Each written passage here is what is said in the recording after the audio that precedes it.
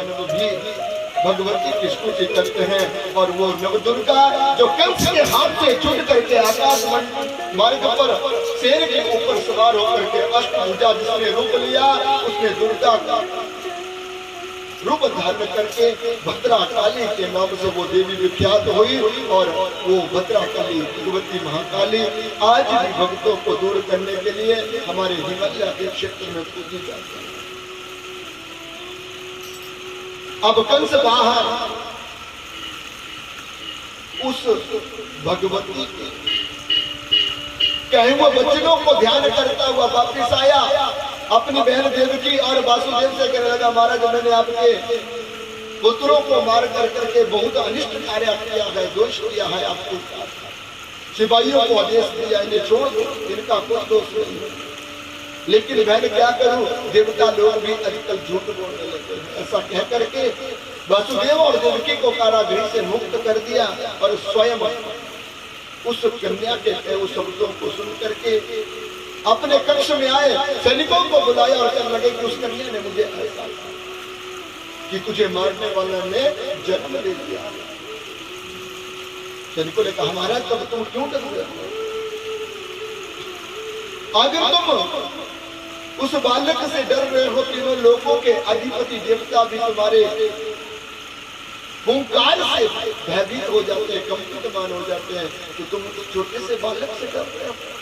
लेकिन अगर तुम्हारे जीवन में फिर भी भय है तो सुनो, हम ये भी आयोजना बनाते हैं, जितने भी 10 और 15 दिन के अंदर जितने भी बालकों का जन्म हुआ है ना, हम उन सब का अंत कर देंगे।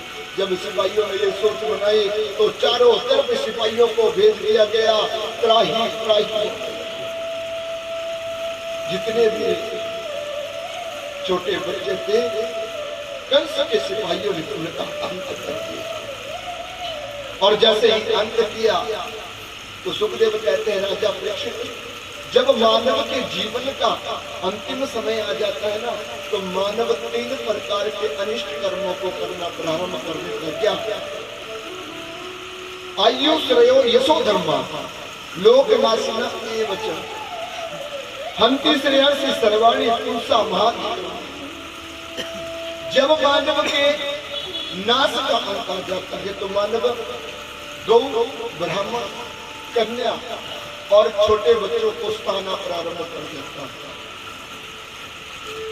और इसी से उसके जीवन की महान महती जो कार्य है उनका अंत हो जाता है। और जब मानव इन कार्यों को करना शुरू कर दे तो सोच लेना उस मानव का अंत आ गया। सुखदेव कहते हैं, राजा परीक्षित, ये सब जब हुआ तो सारी रात का ये कर्तव्य है, प्रातः हुई, प्रातः जैसे हुई तो गोकुल में भी सब लोग उठ के, नंद बाबा उठ करके ब्रह्म मुहूर्त में सबसे पहले गौओं के पास गए। और इतने में सबको पता था कि माता यशोदा के यहाँ बालक होना है। सुनंदा नाम की बुआ उन्हीं के पास रहती थी। जैसे ही प्रातः उठ करके सबसे पहले अपनी भाभी के पास आई,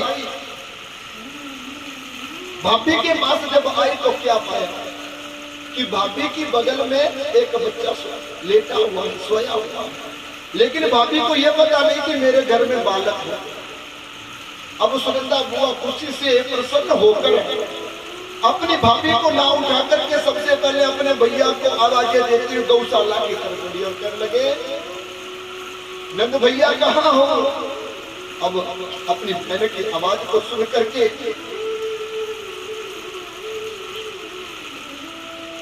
नंद बाबा ने कहा, सुनंदा क्या हुआ? बोले महाराज इतनी बड़ी खुशी घर में आ गई है और पूछ रहे हैं क्या हुआ है। नंद बाबा ने कहा, बहन बताओ तो सही क्या हुआ?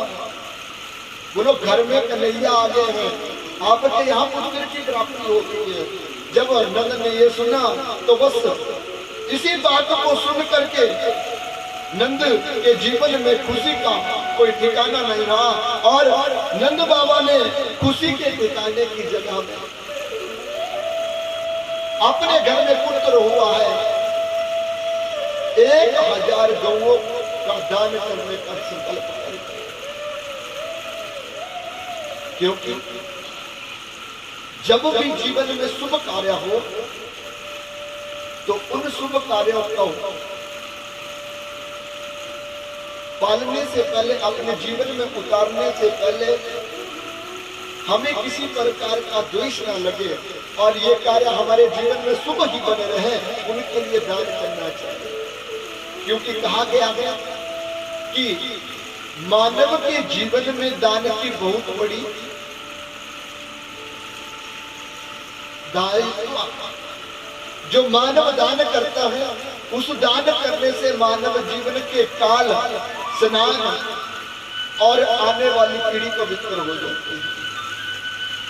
और जो दान नहीं करता, अपने धन को छुपाए हुए अपने काख में दबाए रहता है, वो धन ना उसके दान के काम आता और ना ही उसके स्वयं के काम आता।